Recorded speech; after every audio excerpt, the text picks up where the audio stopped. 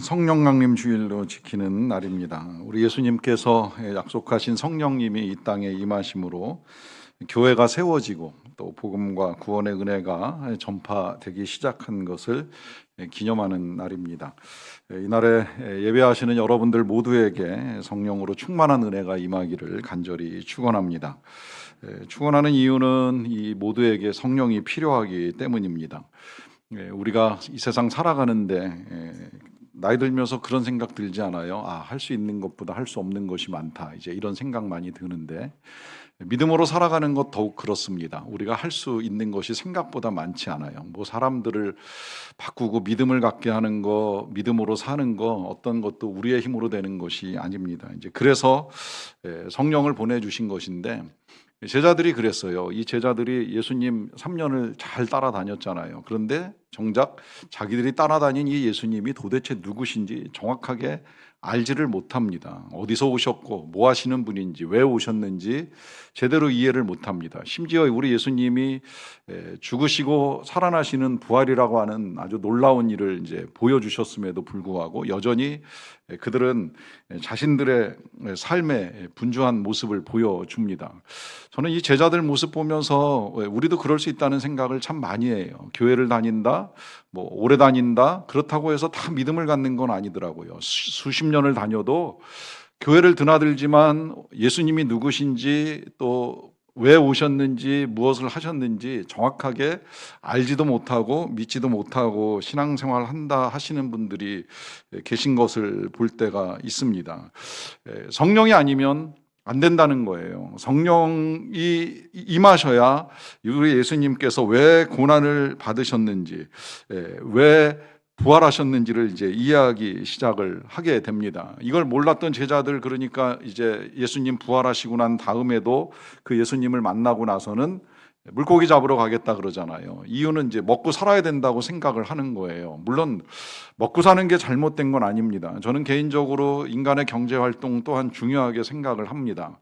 오늘도 기도해 주셨지만 경제 상황이 안 좋은 건 참 안타까운 일이 될 수밖에 없어요. 왜냐하면 경제가 안 좋아질수록 가난한 사람들이 점점 더 힘들어지거든요. 그러니까 경제가 성장을 해야 되고 또 경제가 중요하다라는 생각을 갖고는 있습니다만은 그렇다고 해서 먹고 사는 게 우리 인생의 전부라고 생각을 할 수는 없습니다. 왜냐하면 우리는 이 땅에서 살기 위해서 먹는 것도 필요하고 소득도 필요하긴 합니다만은 그러나 하나님의 나라를 살아가는 하나님의 백성들인데 이 하나님의 백성이라는 사실을 알지 못하면 그때 이제 우리가 하나님 노릇을 하는 거예요. 이때 하나님 노릇한다는 건 내가 주인이 돼서 내 마음대로 내 인생을 만들어가기 위해 애를 씁니다.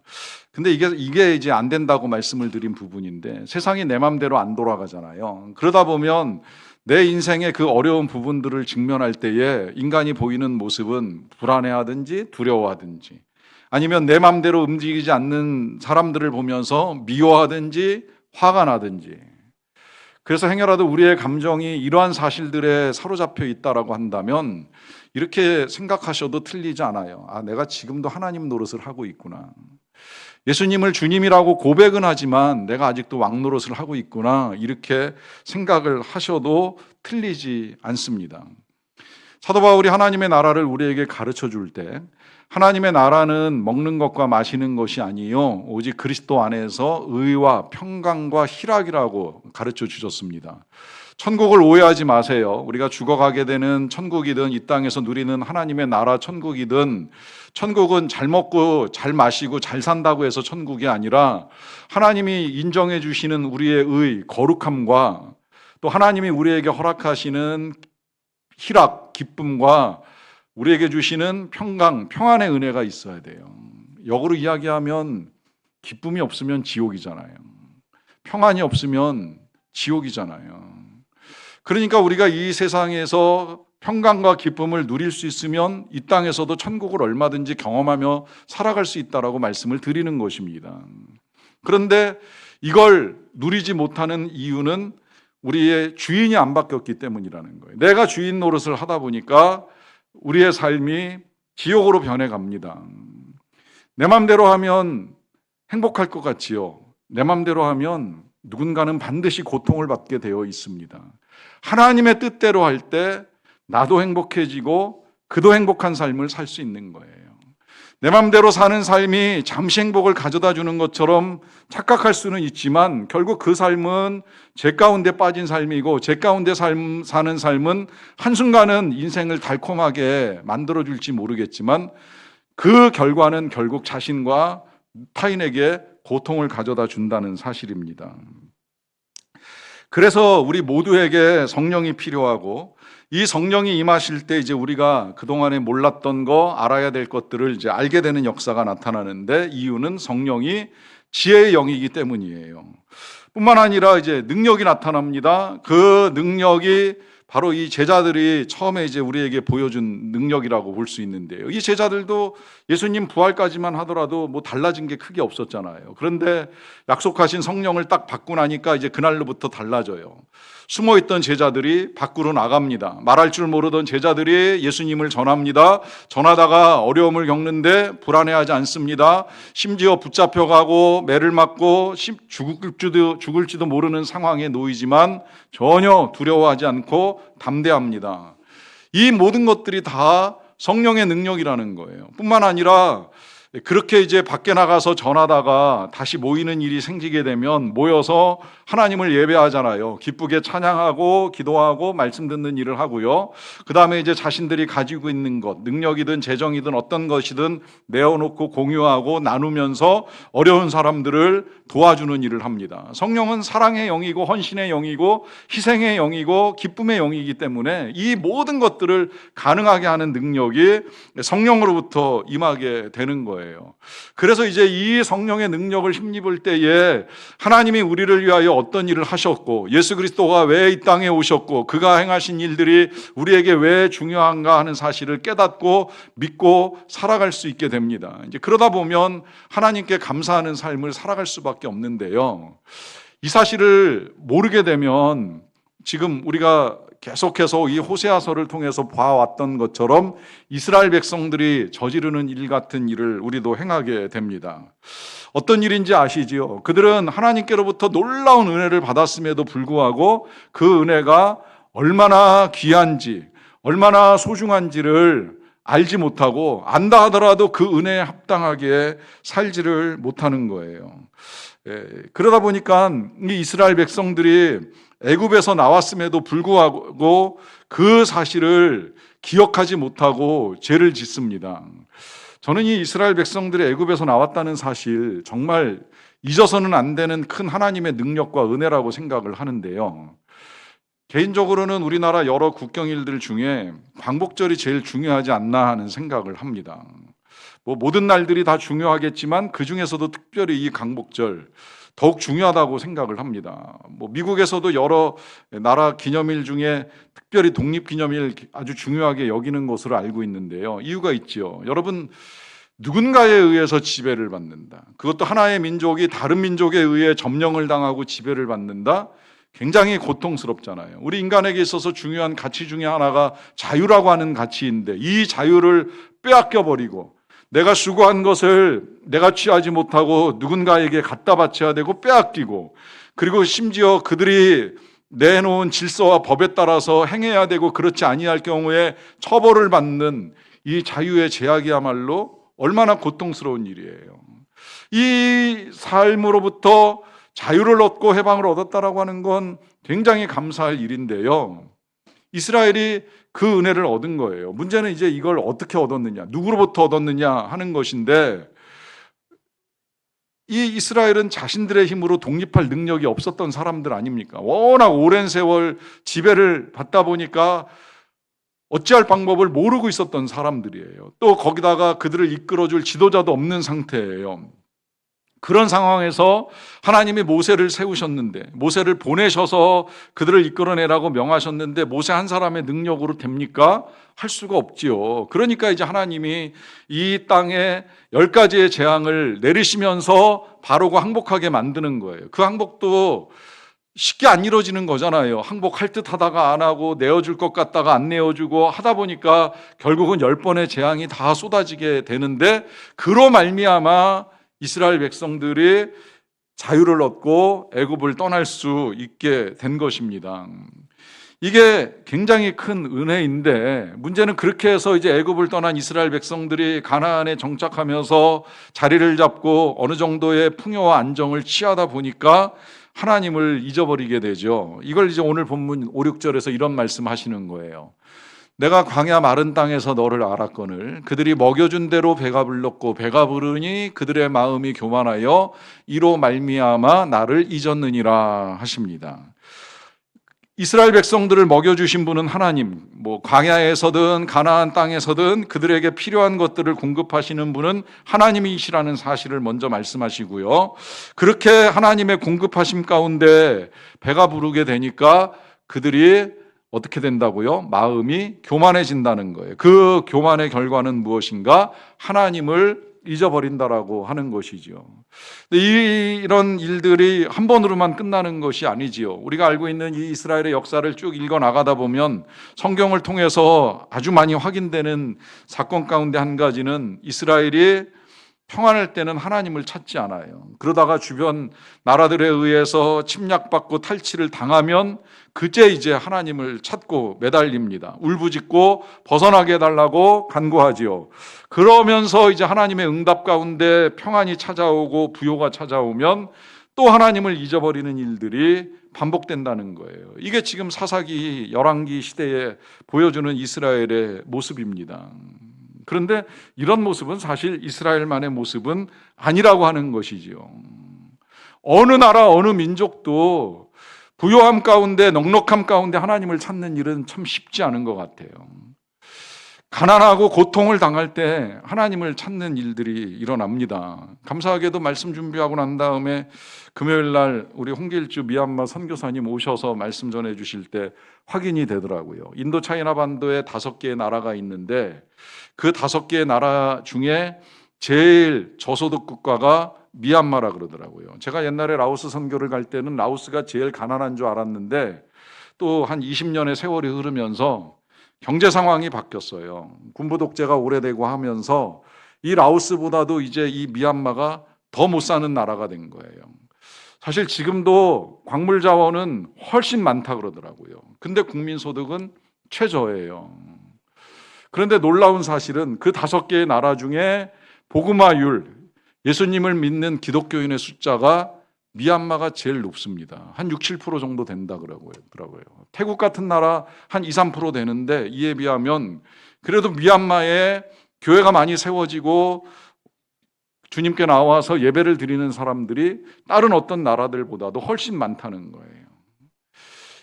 이 가난하면 하나님을 찾는 것, 참 이게 복되다고 하기는 어려운 일이겠지만 그러나 참 다행스러운 일이라고는 여겨질 수 있다고 생각이 드는 거예요. 이게 사실 미얀마만 그런 게 아니라 우리나라도 그렇잖아요. 우리나라 처음에 1884년부터 복음이 시작된 걸로 역사가 기록을 하는데 선교사들이 얼마나 고생을 했는지 몰라요. 왜냐하면 서양 귀신 왔다고 사람들이 놀리면서 복음을 듣는 사람들이 없습니다. 예수 안 믿으려고 하는 거예요. 사실 우리나라 저는 개인적으로 굉장히 종교 수용력이 좋은 나라라고 생각을 합니다. 그 옛날 불교로부터 유교 그리고 기독교 심지어 지금은 이슬람교에 이르기까지 사람들의 마음이 종교에 굉장히 열려있는 편이라고 생각을 하는데 근데 그런 우리나라 백성들이라고 하더라도 기독교를 받아들이는 건 처음부터 쉬웠던 일은 아니었어요. 그런데 일제가 침략하고 일제강점기가 시작되면서 사람들이 하나님을 찾기 시작하죠. 나라는 어려워졌는데 교회는 성장을 합니다. 많은 사람들이 하나님께 나오고 하나님을 찾습니다. 그렇게 하나님을 찾으면서 기도하는 가운데 이 땅의 광복이 이루어졌잖아요.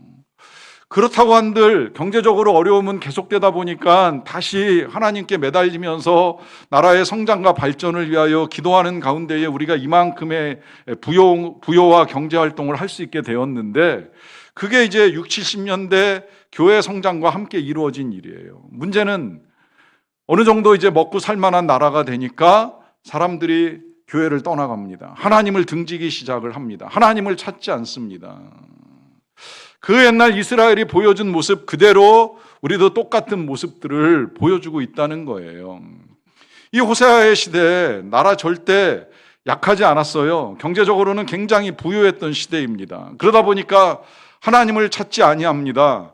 그런데 그 부유한 나라를 침략하기 위해서 아수르가 가까이 임했다는 사실을 받아들이지도 않거니와 또 그 사실을 알고 하나님을 찾기보다는 애굽과의 동맹이 필요하지 아니할까, 어떤 우상이 우리를 도와주지 아니할까 하는 생각을 하게 되는 거죠. 그러다 보니까 이제 하나님이 계속해서 선지자들을 보내시면서 돌아오라고, 돌이키라고 말씀하시는데 돌이킬 생각이 없어요. 그러니까 하나님께서 먼저 돌이키시고 하나님의 긍휼로 이 백성들을 도와줄 방법을 찾아 나가시는 거예요. 그러면서 이제 하시는 말씀이, 그렇게 하나님을 잊어버리고 하나님을 떠날 때 어떤 일이 벌어지는가? 오늘 본문 3절에서는 또 이렇게도 비유하시더라고요. 이러므로 그들은 아침 구름 같으며 쉬 사라지는 이슬 같으며 타작마당에서 광풍에 날리는 쭉정이 같으며 굴뚝에서 나가는 연기 같으니라 합니다. 여기 참 여러 가지가 열거되어 있죠. 아침 구름, 이슬, 쭉정이, 연기. 이 열거되어 있는 것들의 공통점이 뭔지 아시겠지요? 다 헛된 것들입니다. 쉽게 사라지는 것들이에요. 자, 이 쉽게 사라지는 것들을 4개씩이나 열거하시면서 그들의 상태를 알려주시는 이유가 뭐겠어요? 그들의 상태가 지금 이것들과 다를 바가 없다는 거예요. 쉬 사라지는 연기나 구름같이 그들은 소멸될 위험에 처해 있고 그 위험한 상태를 깨우치기 위해서 이와 같은 것들을 시각적으로 열거하시면서 말씀하고 계시는 거예요. 뿐만 아니라 이와 같은 것들의 또 한 가지 특징은 잡을 수 없는 것이잖아요. 잡아도 소용없는 것들이잖아요. 지난주에 우리가 본 것처럼 바람 먹어봐야 무슨 소용이 있습니까? 바람을 잡아봐야 무슨 의미가 있겠습니까? 마찬가지로 우리가 잡으려고 하는 많은 것들이 하나님을 가까이 하는 것이 아니라고 한다면 연기나 구름같이 잡아도 소용없는 것들을 잡으려고 애쓰다 보니까 인생이 허무하고 헛된 것들을 위하여 많은 것들을 낭비하는 불행한 인생이 될 수밖에 없다는 것입니다. 그러하기 때문에 이런 인생을 사는 자들을 향하여서 하나님께서 하시는 말씀 4절입니다. 그러나 애굽 땅에 있을 때부터 나는 내 하나님 여호와라. 나밖에 네가 다른 신을 알지 말 것이라. 나 외에는 구원자가 없느니라 하십니다. 자, 여기서 하나님이 다시 이스라엘 백성들에게 자신을 소개하실 때 애굽 땅에 있을 때부터 나는 내 하나님 여호와라라고 하는 말씀을 하십니다. 자, 이 말씀하시는 이유가 또 여러 가지예요. 왜냐하면 애굽 땅에 있을 때 이스라엘은 구원자가 필요했잖아요. 그때로부터 하나님이 구원자라고 하는 사실을 밝혀주시는 거예요. 그래서 이제 마지막에 나 외에는 구원자가 없느니라라고 하는 말씀도 하시는 것인데, 근데 이 사실을 밝히는 또 하나의 이유는 뭐냐면 애굽 땅에 있을 때나 지금이나 하나님은 한결같으시다는 거예요. 하나님은 동일하신 분이시라는 것. 하나님은 영원하시다는 사실을 분명하게 말씀합니다. 그리고 그 영원하신 하나님이라는 표현이 중요한 이유는 하나님이 불변하시기 때문입니다. 이 불변이 왜 중요할까요? 이스라엘 백성들은 변덕스러웠어요. 힘들 땐 하나님 찾지만 평안하면 하나님을 잊어버립니다. 괴로울 땐 하나님께 매달리지만 살만하면 하나님을 떠납니다. 얼마나 변덕스러워요. 그런데 하나님은 한결같이 사랑하신다는 거예요. 저는 늘 이 사실이 놀라워요. 우리의 삶에 변덕이 이스라엘과 크게 다르지 않잖아요. 어떤 땐 성령으로 충만해요. 그래서 열심히 찬양하고 봉사하고 헌신하고 전도하는 일을 하실 수 있어요. 항상 그렇습니까? 안 그럴 때도 있잖아요. 어느 순간 마음이 식어버리고 그 젊었을 때의 열정이 사라지고 그 뜨거울 때에 열심히 가라앉을 때가 있잖아요. 여러분, 우리가 열심 내면 사랑하고 마음이 식으면 하나님이 우리를 버리실까요? 절대 그렇지 않다는 거예요. 전 늘 이 사실에 감사해요.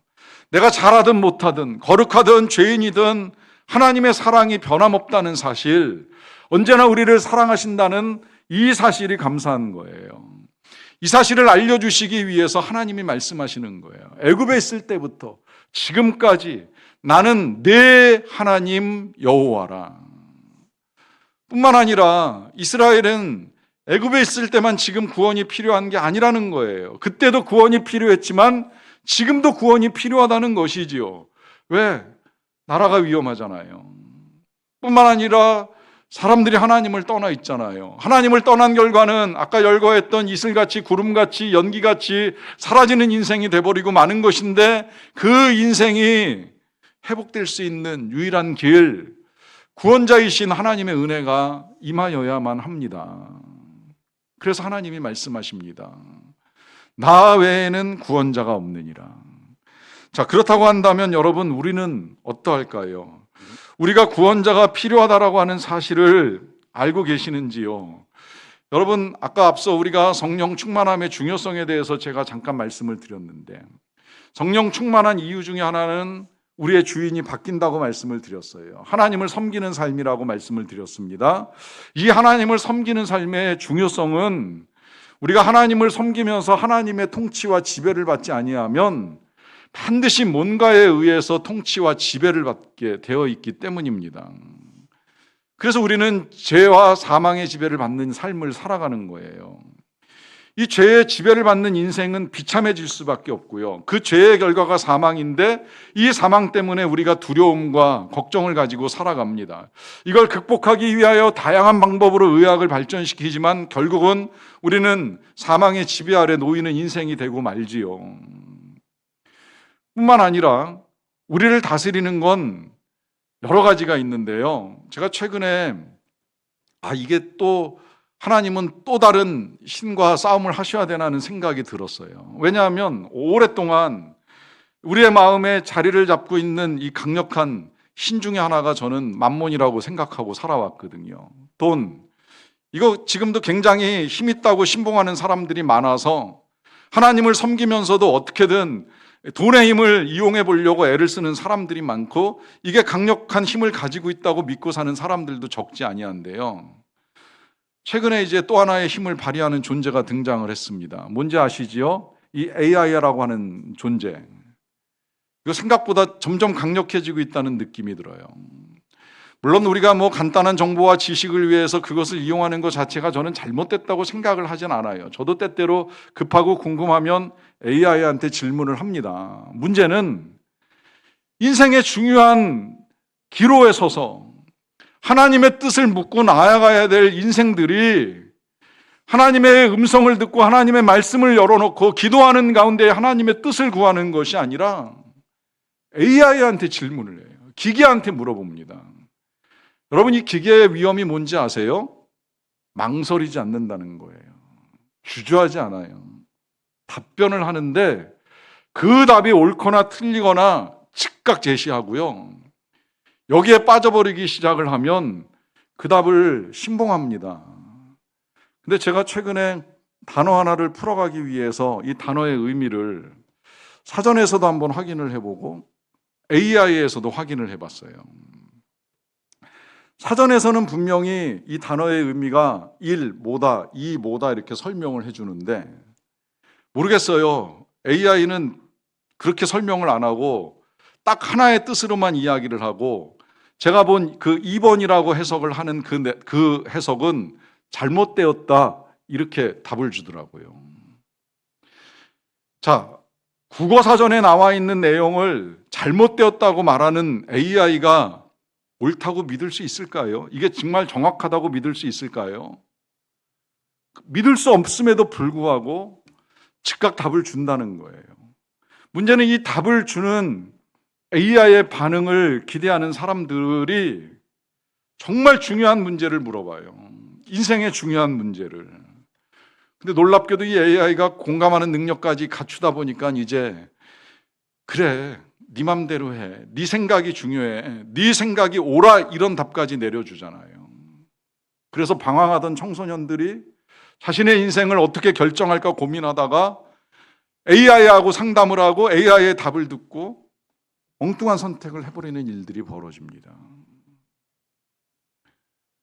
하나님께 여쭙고 하나님께로부터 들어야 될 이 귀한 인생들이 기계 앞에서 인생을 질문하고 기계의 이야기를 듣고 삶과 죽음의 문제를 결정해버리는 시대가 돼버린 거예요. 다 하나님을 섬기지 아니하기 때문에 뭔가의 지배를 받을 수 없는 인생들이 죄의 지배를 받고 돈의 지배를 받고 기계의 지배를 받는 불행한 시대가 임하고 있습니다.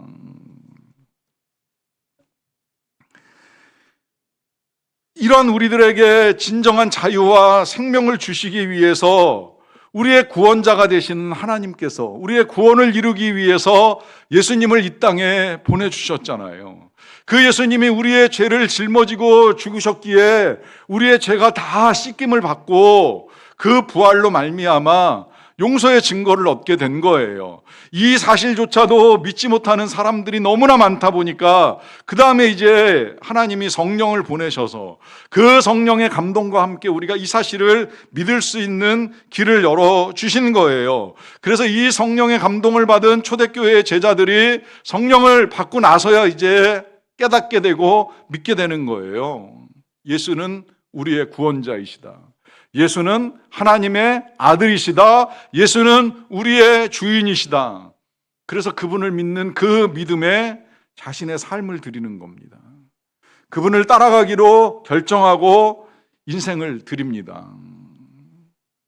분명한 믿음을 가지게 된 거예요. 그 믿음 가운데 선포한 중요한 말씀이 사도행전에 이렇게 기록이 되어 있는데요.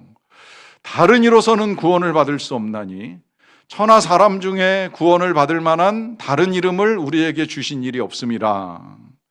저는 이 말씀이 개인적으로는 우리가 가장 중요하게 여기는 성경 중에 성경 요한복음 3장 16절 못지않게 중요하다고 여깁니다. 요한복음 3장 16절 아시지요? 하나님이 세상을 이처럼 사랑하사 독생자를 주셨다. 이는 그 독생자 예수님을 믿는 자마다 멸망치 않고 영생을 얻게 하려 하심이라. 자, 이 말씀을 다르게 표현한 말씀이라고 여깁니다. 다른 이로서 구원 안 돼요. 천하 사람 중에 구원을 받을 만한 이름은 예수님 뿐이에요. 왜? 하나님이 이 길밖에 주신 일이 없기 때문입니다. 그런데 이걸 사람들이 오해해요. 종교 다 같은 거 아니냐? 종교 다 똑같지 않느냐? 어떤 종교든 결국은 꼭대기에 올라가는 길이 각각 다른 거 아니냐? 이렇게 사람들이 이해를 합니다.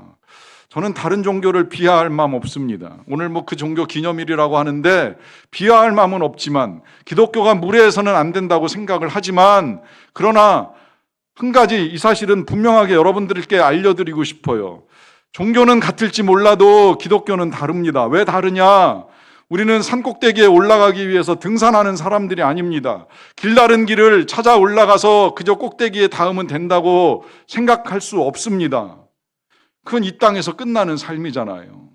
그런데 우리의 삶은 하나님의 나라에까지 이르러야 합니다. 근데 우리의 힘으로 무슨 수로 이르겠어요? 열심히 산다고, 착하게 산다고, 헌금 많이 낸다고, 예배 잘 드린다고, 교회 나든다고 안 돼요. 우리는 우리를 구원할 수가 없어요. 하나님이 그 구원을 이루어 주셔야 돼요. 하나님 외에 구원자가 없어요. 그 구원을 이루기 위해서 하늘에서 동아줄이 내려와야 돼요. 그 동아줄이 예수 그리스도이신 거예요. 그 예수 그리스도를 믿지 아니하면, 붙잡지 아니하면 누구도 구원을 이룰 수가 없는 거예요. 아무도 구원할 수가 없는 거예요. 문제는 이 믿음, 우리의 힘으로 가질 수 없기에 다시 성령을 보내어 주신 거예요. 그래서 성령이 믿게 하셔야 믿을 수 있고 성령이 예수 그리스도를 주라 시인하게 해 주셔야 예수님이 우리의 주인이 되시는 거예요. 제가 오래전에 교육전도사로 사역을 할 때 찾아오셨던 할머니가 한 분 계세요. 80이 넘어서 오셨는데 교회를 등록하시길래 교역자들이 질문을 드렸어요. 어디서 신앙생활 하다 오셨어요? 그랬더니 교회 처음이라는 거예요. 근데 어떻게 오셨어요? 전 그분의 대답이 너무 놀라웠어요. 그동안에 절에 열심히 다니고 불교 생활했다는 거예요. 그런데 다니다 보니 이 나이 먹어보니 여기에 구원이 없다는 사실을 깨달았다는 거예요. 구원받고 싶어서 오셨다는 거예요. 참 다행이고 감사하다고 생각을 했어요. 그 연세 돼서 그래도 구원이 없다는 사실도 알고 또 구원이 있다는 사실도 깨닫고 오셨으니 이게 얼마나 감사한 일인가. 여러분 잘 생각하세요. 어디에 구원이 있다고 생각을 하십니까? 누가 구원을 할 수 있다고 생각하십니까? 예수님 아니면 안 되는 거예요. 그래서 제자들이 성령과 함께 예수를 믿으면서 삶이 변화되는 거예요. 구원자가 분명해진 거예요. 그러다 보니까 그 예수님을 전하기 위해서 세상에 나가 다른 이로서는 구원을 받을 수 없으니 우리에게 구원받을 만한 다른 이름을 주신 적이 없다고 전하기 시작을 하는 것이지요. 이 지혜, 이 믿음, 이 능력이 다른 데서 오는 것이 아니라 성령을 통해서 옵니다. 그렇다고 인생이 쉽지는 않아요. 예수님을 구원자로 받아들이는 건 우리에게 부귀영화를 약속하지 않습니다. 예수님을 믿고 따라가는 건 때때로 여러 가지 놀라운 은혜들을 경험하지만 힘든 것도 있어요. 순교를 당할지도 몰라요. 그런데 그 죽음 앞에서도 담대함과 평안을 빼앗기지 아니하는 이유가 어디에 있겠습니까? 바로 성령이 함께 하시기 때문입니다. 여러분, 그래서 우리에게 필요한 것이 있다면 성령을 구하세요. 몇 주 전에도 제가 그 말씀 드렸어요. 성령으로 충만함을 받으십시오. 회개하고 성령을 선물로 받으십시오. 무엇을 회개해야 되는가? 내가 주인 되어 살아온 삶을 회개하십시오. 내가 왕노릇하던 삶을 회개하십시오. 하나님을 인정하지 않던 삶을 회개하십시오. 죄 가운데 빠져 살던 삶을 회개하십시오. 그러면 성령을 받으실 것이고 그 성령으로 말미암아 평강과 기쁨이 여러분들께 임할 것입니다. 이 은혜 누리는 저와 여러분 되시기를 간절히 축원합니다.